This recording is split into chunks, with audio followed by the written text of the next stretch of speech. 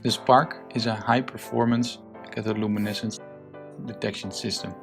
In cathodoluminescence microscopy, we use the beam in an electron microscope to excite your sample to generate light on a scale that is much smaller than the diffraction limit of light. This type of technique is becoming more and more important as technology becomes ever smaller and approaches the nanoscale. So the Spark cathodoluminescence system has a couple of advantages over other systems.